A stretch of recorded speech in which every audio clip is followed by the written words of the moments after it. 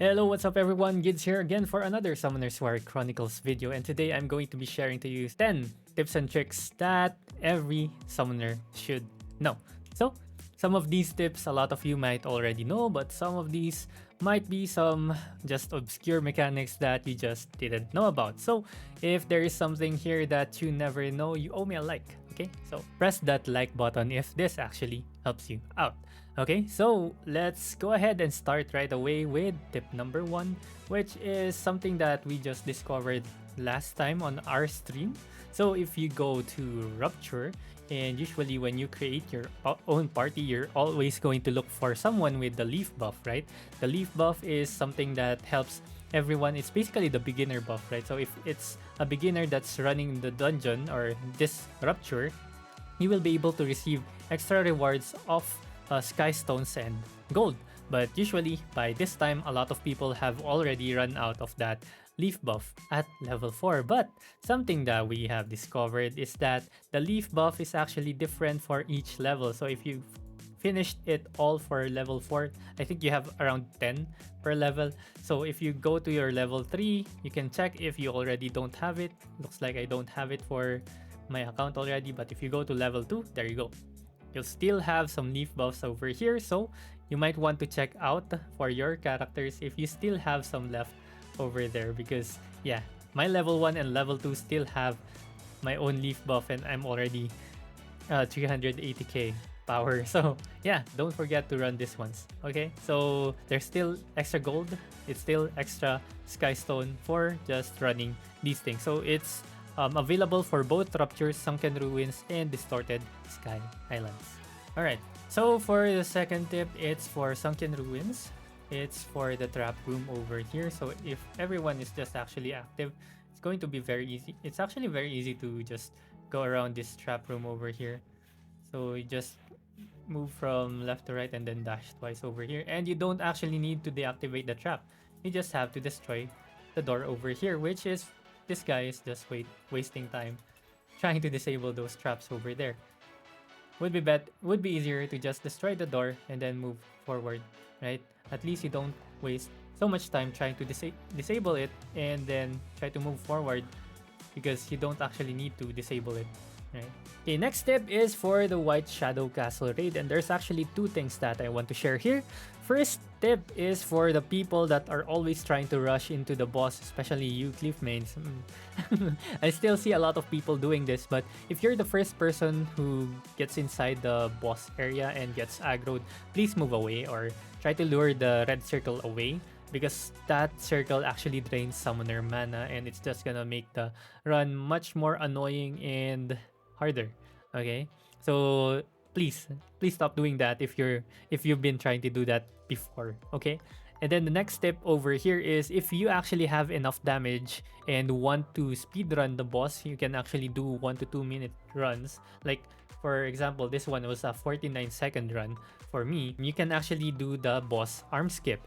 Arm skip is basically you're going to skip the arm phase, wherein the boss brings down his arm and becomes invincible, where you have to destroy the arm first.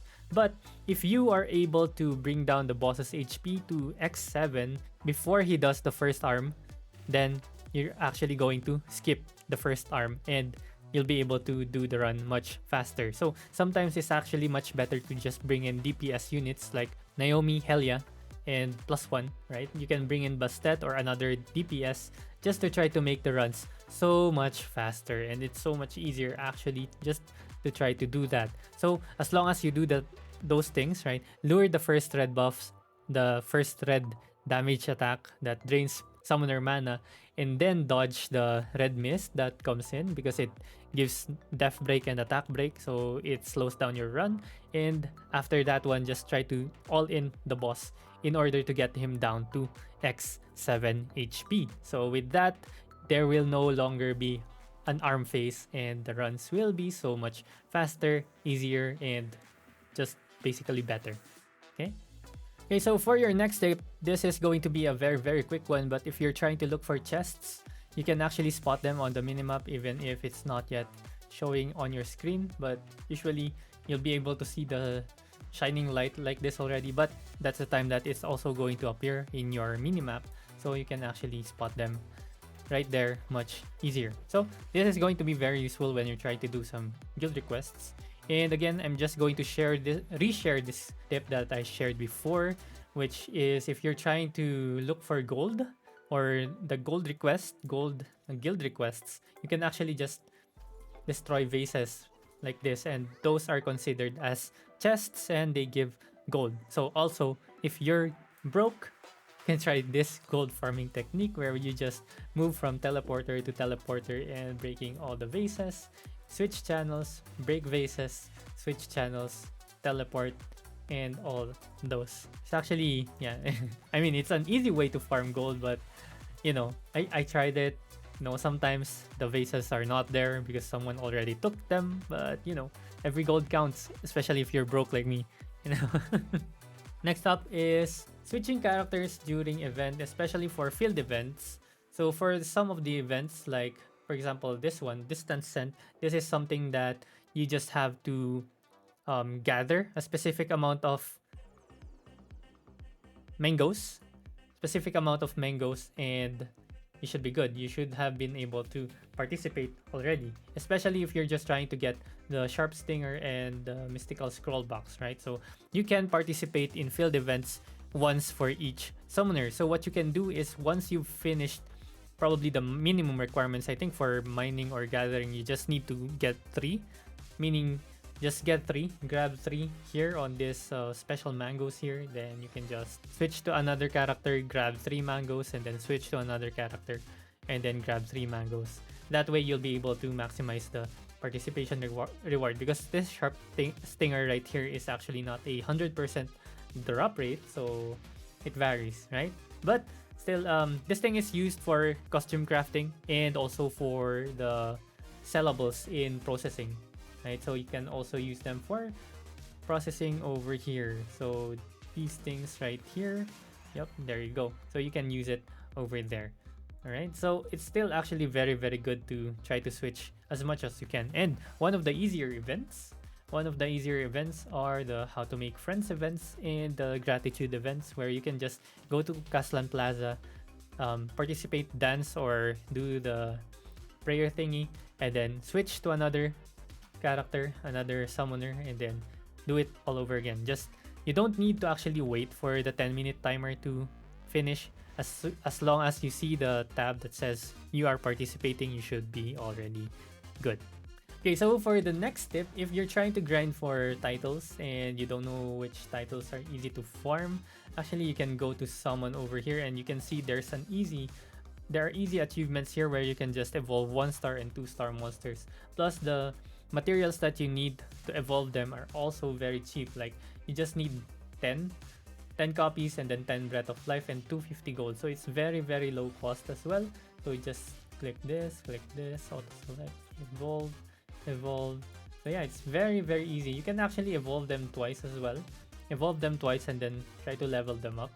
Because of course, again, if you level up monsters in your monster pool, it's going to accumulate and be added to your account level XP, and you'll be able to level up your account this way as well. So right now I'm level 51 free to play, but yeah, you can see it's 800.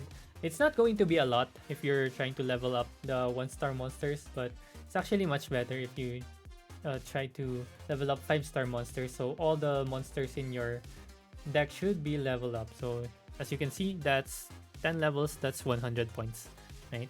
So it's an easy way to get some achievement points as well. So I'm just gonna keep evolving monsters here until we hit some of the achievements. And it's free Breath of Lives, and of course trying to achieve that purple title or even the orange title, right? So this is very simple to do.